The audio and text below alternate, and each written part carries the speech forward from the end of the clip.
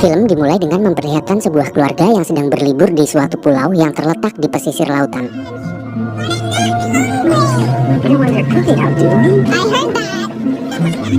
Terlihat seorang gadis kecil yang sedang berenang bersama ayahnya. Gadis kecil ini bernama Stephanie, dan kita sebut saja Fanny.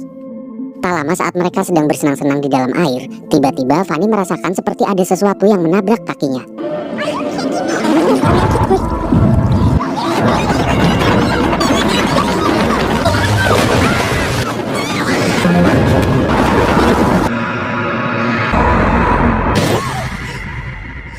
Kini udah 20 tahun berlalu.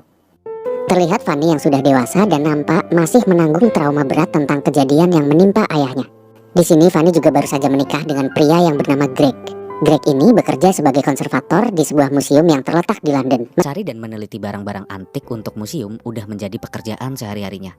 Hingga tiba di suatu saat Greg dipertemukan dengan tugas yang mengharuskannya mencari dan meneliti beberapa kepingan emas kuno di bawah laut dasar yang tenggelam bersama kapal perang, dan lokasinya hanya diketahui oleh orang dalam di pemerintahan. Dalam tugasnya kali ini, Greg mengajak Fanny untuk menemui teman lamanya yang merupakan seorang kapten sebuah kapal layar untuk membantunya menyusuri keberadaan kepingan emas tersebut. Welcome to the reunion. What a good-looking couple I see here. Pleased to meet you. I've heard a lot about you. You still agree to come? Singkat cerita, mereka bertemu dengan si kapten yang bernama Benz. Di sana Kapten Benz mengajak dua temannya yang merupakan sepasang kekasih untuk ikut dalam perjalanan. Mereka berdua bernama Lily dan Pierre. I hope you don't mind. I invited a couple of friends of mine to come. Thanks for letting us take along. Yeah, no worries. So, should we ship on then? Yes, let's go. Setelah semuanya siap, mereka menaiki kapal dan terlihat satu awak kapal berambut gondrong yang turut membantu. Greg sengaja menggunakan kapal kecil agar perjalanan dan tujuannya tak diketahui oleh banyak orang. Dalam perjalanan, terlihat Fanny yang menunjukkan rasa takut di wajahnya. Sambil melamun dalam pelukan Greg, Fanny mengingat kejadian di masa lalunya dan kita dibawa untuk mengetahuinya. Setelah kehilangan ayahnya, Fanny hidup bersama ibu dan kakeknya.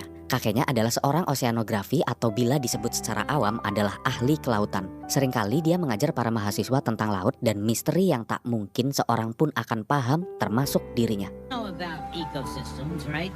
Of theirs. Be more careful than just being careful. He meant touch it and you die.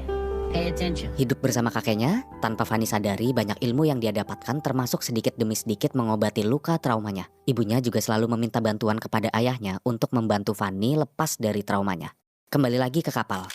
Dengan kepemimpinan Kapten Benz yang bisa dibilang sangat memahami lautan, mereka pun melanjutkan perjalanan dengan tenang.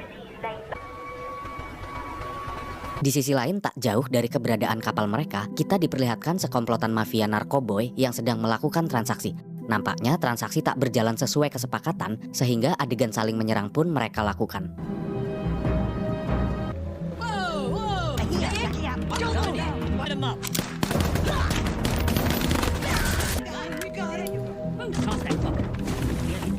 Kembali ke kapal Kapten Benz yang sudah sampai di titik lokasi. Sesampainya di sana, mereka pun langsung bersiap menggunakan perlengkapan penyelaman untuk segera ke dasar laut yang tak terlalu dalam. Are you ready for this? Let's do it. Let's go.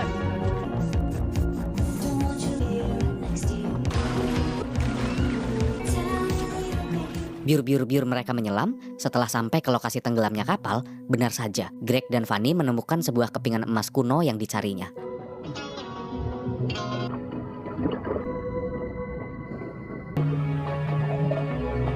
Namun saat mereka akan mencari kepingan yang lain, tiba-tiba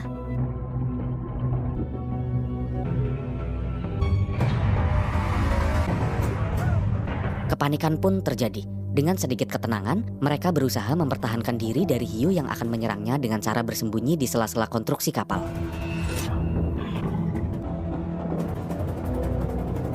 Melihat hiu yang menjauh, Lily dan Pierre mencoba mengambil kesempatan itu untuk segera naik ke daratan. Namun hiu itu nampak muncul kembali dan menyerang ceker dan tangan si Pierre.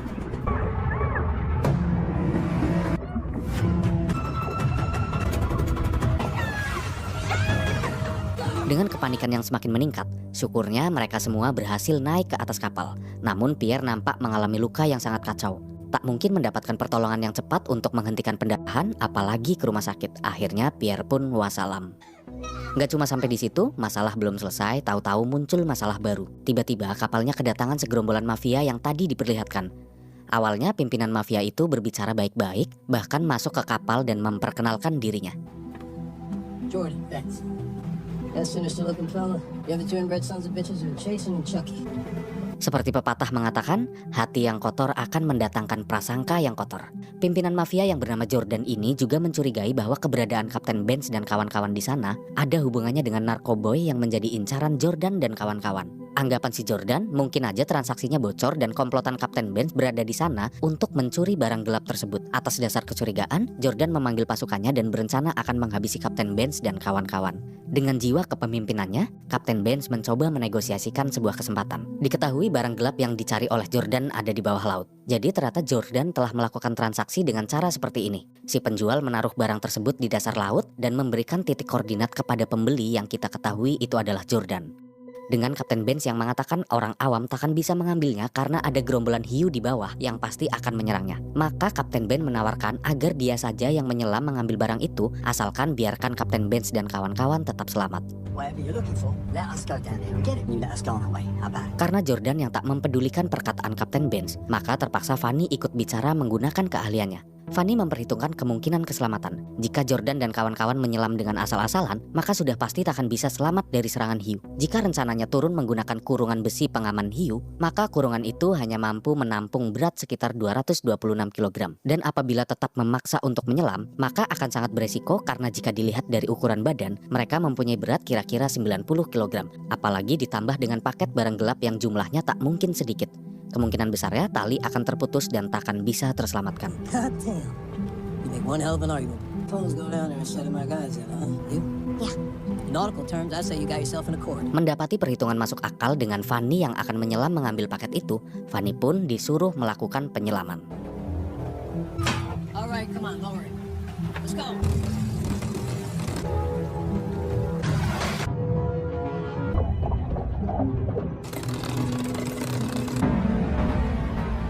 Di bawah nampak beberapa hiu yang berkeliaran. Fanny pun mencoba tenang dan perlahan keluar dari kurungan itu untuk mengikat barang itu ke jeruji besi.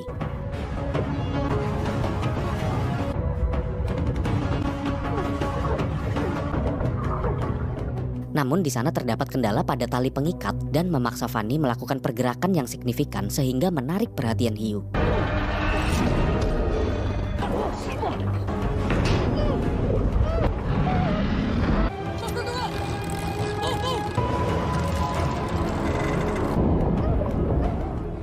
Saya harap kita semua bisa memaklumi jika visual gambar atau video adegan hiu di sini nampak kurang realistis. Tapi nggak apa-apa, tetap menarik kok. Dan sebagai gantinya, karena video hiu kurang realistis, saya akan suguhkan visual yang sangat baik dan tak mungkin mengecewakan.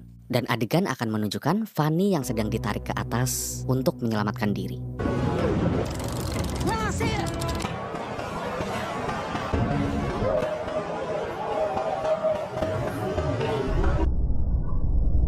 Kembali serius, Kapten Ben pun menderek Fanny ke permukaan. Namun hiu yang agresif malah menggigit salah satu tali dan menyebabkan salah satu paket terjatuh dan melebur bersama air. Sesampainya di atas, Jordan menyuruh anak buahnya mengecek paketnya.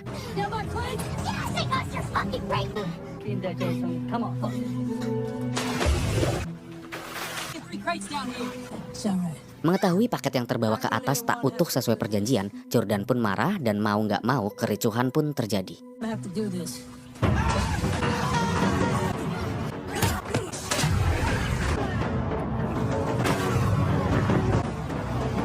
Greg yang mencoba merebut senjata malah gagal dan kecebur ke laut. Beruntungnya si hiu fokus kepada anak buah Jordan yang terjatuh.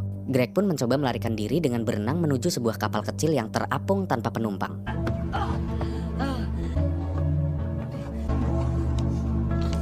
Yang bertanya-tanya itu kapal dari mana? Itu adalah kapal yang tadi di awal film diperlihatkan milik kelompok yang ditembaki saat bernegosiasi dengan Jordan. Setelahnya di kapal Kapten Benz, Jordan yang marah kembali mengancam. Beruntungnya Fanny masih menyimpan kepingan emas kuno yang ia dapatkan dan menawarkan ke Jordan sebagai ganti rugi. Dan jika masih kurang, maka Fanny bersedia kembali menyelam dan mengambil lebih banyak emas.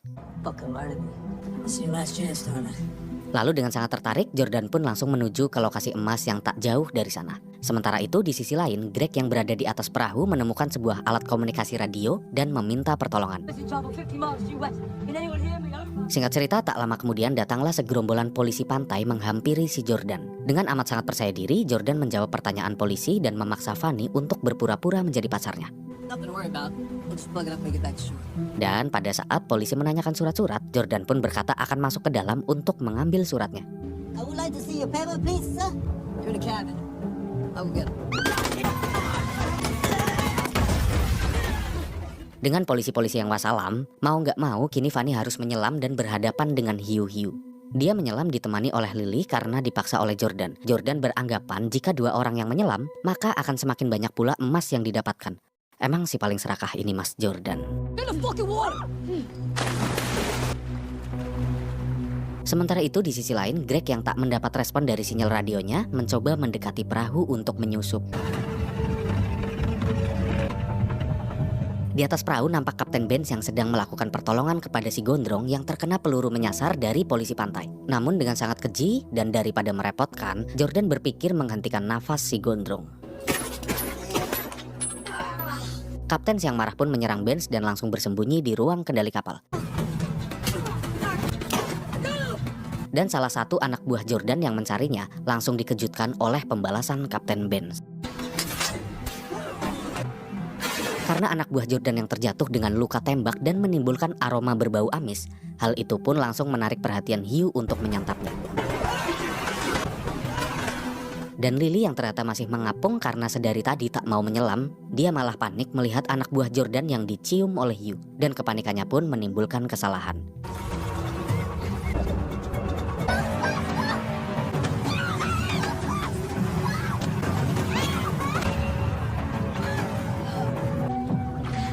Melihat temannya disantap hiu, Fanny pun memutuskan untuk naik kembali ke atas kapal. Saat naik, Fanny melihat si gondrong sudah wassalam. Dia pun marah kepada Jordan, tapi di sini Jordan juga marah. Fanny juga tetap marah dan mereka saling marah-marahan.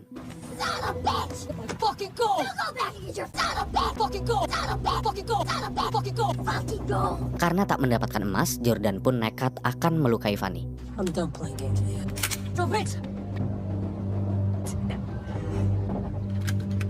Beruntungnya, Greg datang dengan tepat waktu dan balik menodong si Jordan, lalu menyuruh Jordan menjatuhkan senjatanya. Tapi di sini Greg malah lama banget, dan mau-maunya dia diajak ngobrol sama Jordan yang mencoba mengalihkan perhatian si Greg. Shoot me. I don't think you got it in you. What are you gonna do, Greg? Ada yang bisa nebak apa yang bakal terjadi? Akhirnya hal ini pun terjadi. Yang ngira setelahnya Jordan bakal ngerebut senjata dan balik mengancam, selamat, kalian salah. Melihat Greg yang kelamaan ngambil keputusan dan mungkin Fanny merasa gemes ngelihat lakinya kurang satset, Fanny pun mengakhirinya sendiri dan membuat Jordan jatuh menjadi santapan hiu. Akhirnya mereka pun bisa pulang walaupun jumlah anggotanya berkurang. Dan 2 minggu berlalu, di akhir video menunjukkan Fanny yang duduk di tepi laut bersama kakeknya dan bertekad melupakan trauma yang dia alami. Film pun selesai dan pesan yang bisa kita